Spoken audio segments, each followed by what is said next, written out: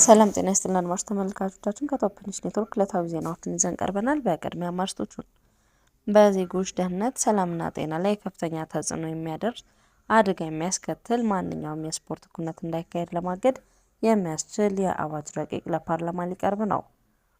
በኦሮሚያ ክልል የመንግስትና የፓርቲ ግምገማ በአዳማ ከተማ ተጀመረ።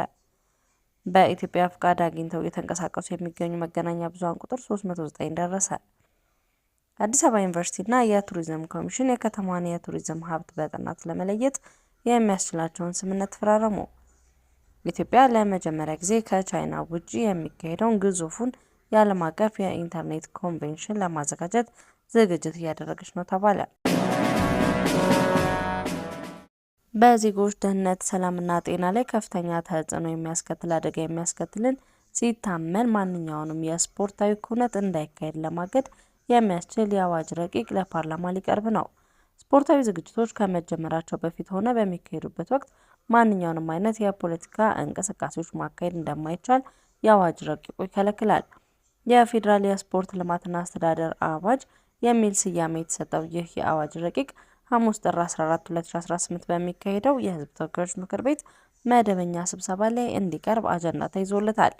በዚህ የአዋጅ ረቂቅ ላይ የተወያየው የሚኒስቴሮች ምክር ቤት ግብዓቶችን በማከል ወደ ተወካዮች ምክር ቤት እንዲተላለፍ የወሰነው ከ2 ሳምንት በፊት ነው።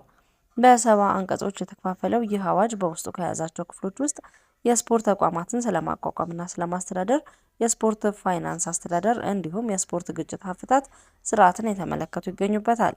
የስፖርት ኩነቶች አስተዳደርና የሽልማት አሰጣጥ ስነ-ስርዓትን የተመለከቱ ዝርዝር ድንጋጌዎች በአዋጁ ረቂቅ ተካተዋል።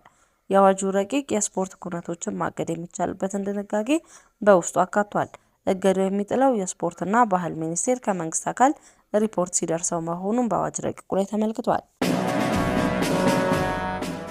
በኦሮሚያ ክልል 2018 በጀት ዓመት የሁለተኛ ሩብ ዓመት የመንግስትና የፓርቲ የስራ አፈጻጸም ግምገማ በአዳማ ከተማ በይፋ ተጀምሯል። በክልሉ ርዕሰ መስተዳድር ሽመልስ አብዲሳ የተመራው ይህ መድረክ ከፍተኛ የመንግስት የስራ ኃላፊዎችና የፓርቲ አመራሮች ተሳትፈውበታል። የግምገማው ዋነኛ ትኩረት ባለፉት 6 ወራት የታዩ ስኬቶችን ማጠናከር፣ ክፍተቶችን በመለየት ለቀጣይ የስራ ዘመን ዝግጁነትን መፍጠር እንደሆነም ተገልጿል። ርዕሰ መስተዳድር ሽመልስ አብዲሳ በመድረኩ መክፈቻ ላይ ባደረጉት ንግግር በክልሉ የተመዘገቡትን ስኬቶች ወደ ላቀ ደረጃ ለማሸጋገር ድክመቶችን በግልጽ ማረም እንደሚገባም አሳስበዋል። በተለይም የክልሉን ሰላምና መረጋጋት በዘላቂነት ማረጋገጥ፣ የዲሞክራሲ ስርዓት ግንባታን ማፋጠን፣ የዜጎችን የቁጠባ ባህል ማሳደግ ትኩረት የሚሹ ቀዳሚ አጀንዳዎች መሆናቸው ጠቁሟል። አክለውም የመንግስት ተቋማት ቀልጣፋ አገልግሎትን በመስጠት መልካም አስተዳደር እንደሚያሰፍኑበትን ጥብቅ መመሪያም ሰጥተዋል። የክልሉ ኮሚኒኬሽን ቢሮና ሌሎች የዜና ምንጮች እንደዘገቡት የግምገማ የፖለቲካ ፓርቲዎች አፈጻጸም ባለፈ በክልሉ ግብርና፣ በኢንዱስትሪ ልማትና በከተማ ግብርና ረገድ የታዩ ለውጦችን በጥልቀት ይመረምራል። በግምገማው ወቅት የተነሱ መረጃዎች እንደሚያመላክቱት የህዝቡን ጠቃሚነት ለማረጋገጥ የአመራሩን ቁርጠኝነት ወሳኝ መሆኑ ታምኖበታል።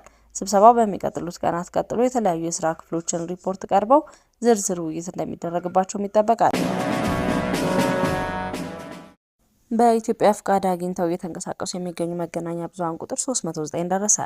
በአሁኑ ሰዓት በህጋዊ መንገድ ፍቃድ አግኝተው የሚንቀሳቀሱ የብሮድካስት፣ የበይነ መረብ፣ የህትመትና የውጭ መገናኛ ብዙሃን ቁጥር 309 መድረሱን የኢትዮጵያ መገናኛ ብዙሃን ባለስልጣን አስታውቋል።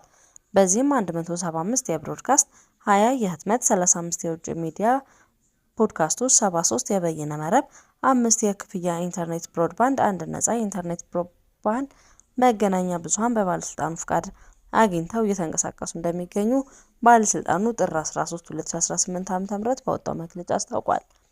ከእነዚህም ውስጥ 254ቱ በስርጭት ላይ የሚገኙ ሲሆን 55ቱ ደግሞ በዝግጅት ላይ መሆናቸውን በመግለጫው ተመላክቷል።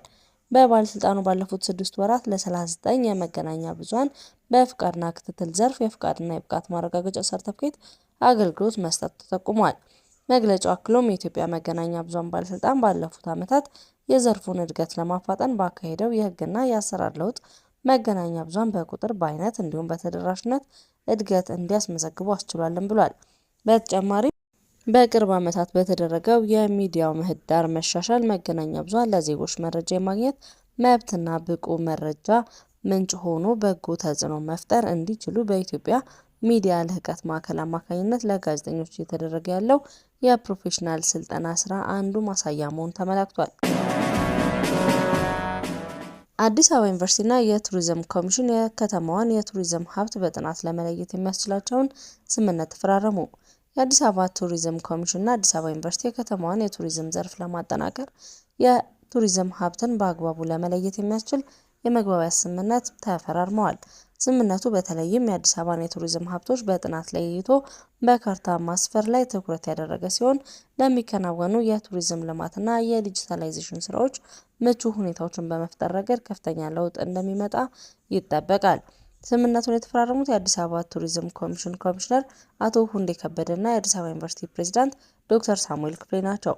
በፕሮግራሙ ላይ ንግግር ያደረጉት ኮሚሽነር አቶ ሁንዴ ከበደ ስምምነቱ የቱሪዝም ሀብቱን በአግባቡ ለመለየት ለማወቅና በጥናት ላይ የተመሰረተ ስራ ለመስራት እንደሚያግዝ አብራርተዋል። በአዲስ አበባ የቱሪዝም መዳረሻዎችና በከተማ ቱሪዝም ዙሪያ የተከናወኑ ቀዳሚ ጥናቶች እንደሚያመለክቱት የቱሪዝም ሀብቶች በካርታ መለየት ለከተማዋ የእድገት ኢኮኖሚ፣ የዘላቂ ልማት ወሳኝ ሚና እንደሚጫወቱ ባለሙያዎች ይስማማሉ። ኢትዮጵያ ለመጀመሪያ ጊዜ ከቻይና ውጭ የሚካሄደውን ግዙፉን የዓለም አቀፍ የኢንተርኔት ኮንፈረንስ ለማዘጋጀት ዝግጅት እያደረገች ነው ተባለ። ኢትዮጵያ ለመጀመሪያ ጊዜ ከቻይና ውጭ የሚካሄደውን ግዙፉን የዓለም አቀፍ የኢንተርኔት ኮንፈረንስ በአዲስ አበባ ለማዘጋጀት ዝግጅት እያደረገች መሆኑ ሰምቷል። የኢኖቬሽንና ቴክኖሎጂ ሚኒስቴር ዶክተር በለጠ ሞላ የዓለም አቀፍ የኢንተርኔት ኮንፈረንስ ምክትል ዋና ጸሐፊ ሚስተር ሊያን ሃኦን በጽህፈት ቤታቸው ተቀብለው በዓለም አቀፍ የኢንተርኔት ኮንቬንሽን ዙሪያ መክረዋል። ምክክሩ በመጪው መስከረም ላይ በአዲስ አበባ በሚካሄደው ዓለም አቀፍ የኢንተርኔት ኮንፈረንስ በስኬት እንዲጠናቀቅ በሚያስችሉ የቅድመ ዝግጅት ስራዎችና ሂደቶች ላይ እያተኮረ ነበር። የኢኖቬሽንና ቴክኖሎጂ ሚኒስቴር ዶክተር በለጠ ሞላ ኢትዮጵያ በበርካታ ዓለም አቀፍ ሁነቶች በብቃት የምታስተናግድ ልምድ ያላት በመሆኑ ይህንንም ተጨማሪ ድል ተጠቅማ ለኮንፈረንሱ ስኬታማነት አስፈላጊው ዝግጅት ሁሉ እንደሚደረግ አረጋግጠዋል። ለኮንፈረንሱ ስኬት ሚኒስቴር መስሪያ ቤቱ ከሁሉም ባለድርሻ አካላት ጋር በቅንጅት እንደሚሰራ የገለጹት ሚኒስቴሩ መድረኩ ኢትዮጵያ ተመራጭ የኮንፈረንስ ቱሪዝም መዳረሻ ከማድረግ አንጻር ያለውን ከፍተኛ ፋይዳ አስገንዝበዋል። አድማጭ ተመልካቾቻችን ከቶፕ ኔሽን ኔትወርክ ለዕለቱ ያዝናቸው ዜናዎች እነዚህ ነበሩ። መልካም ቆይታ።